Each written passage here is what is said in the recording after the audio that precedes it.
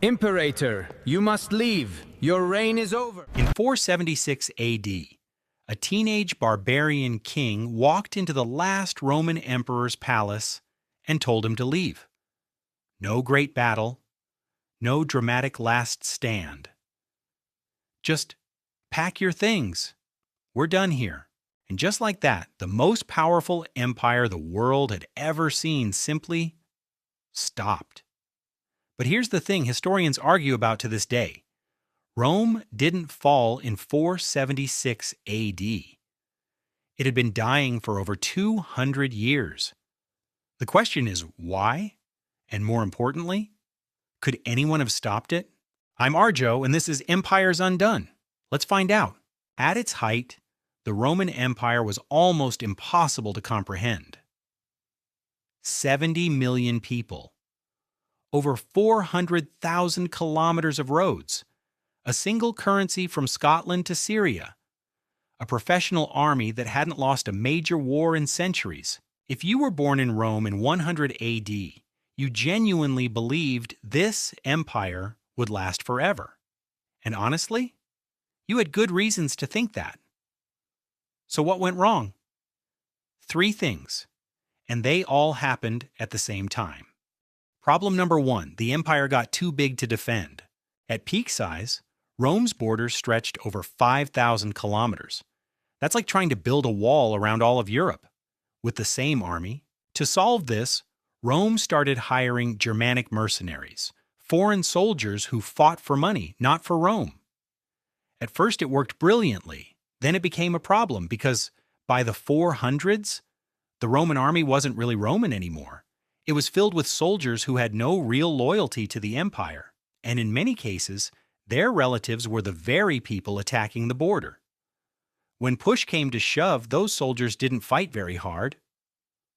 And who can blame them? Problem number 2, Rome ran out of money, and then did something catastrophic to hide it. Running a giant empire is expensive. Army, roads, grain shipments, government, all of it costs money.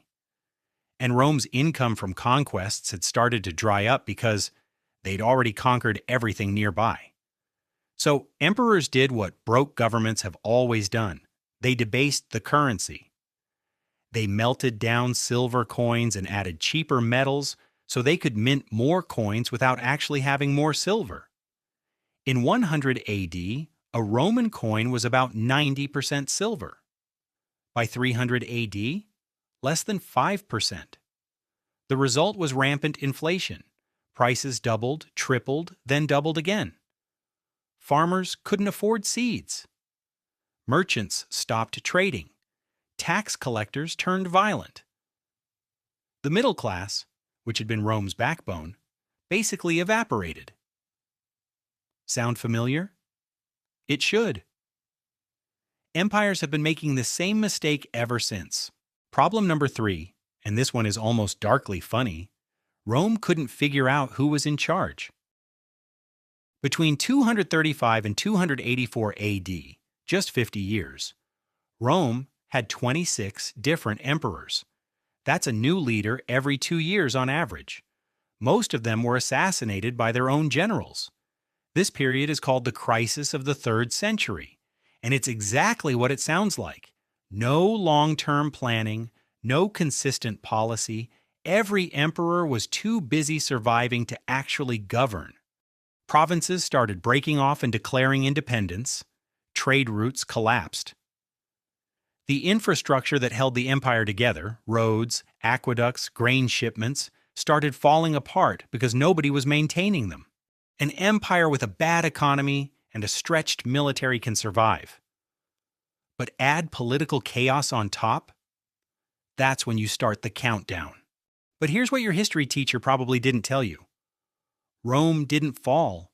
It moved. In 330 AD, Emperor Constantine moved the capital east to a city called Constantinople, modern-day Istanbul. And the eastern half of the Roman Empire kept going. For another 1,000 years, we call it the Byzantine Empire, but they called themselves Romans. They spoke Latin. They used Roman law.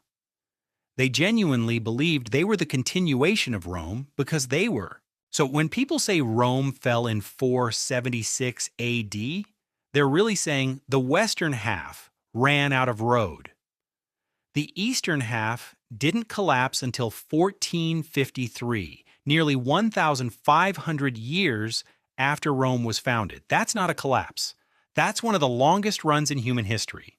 Overextension, economic collapse, political chaos, three problems Rome couldn't solve fast enough.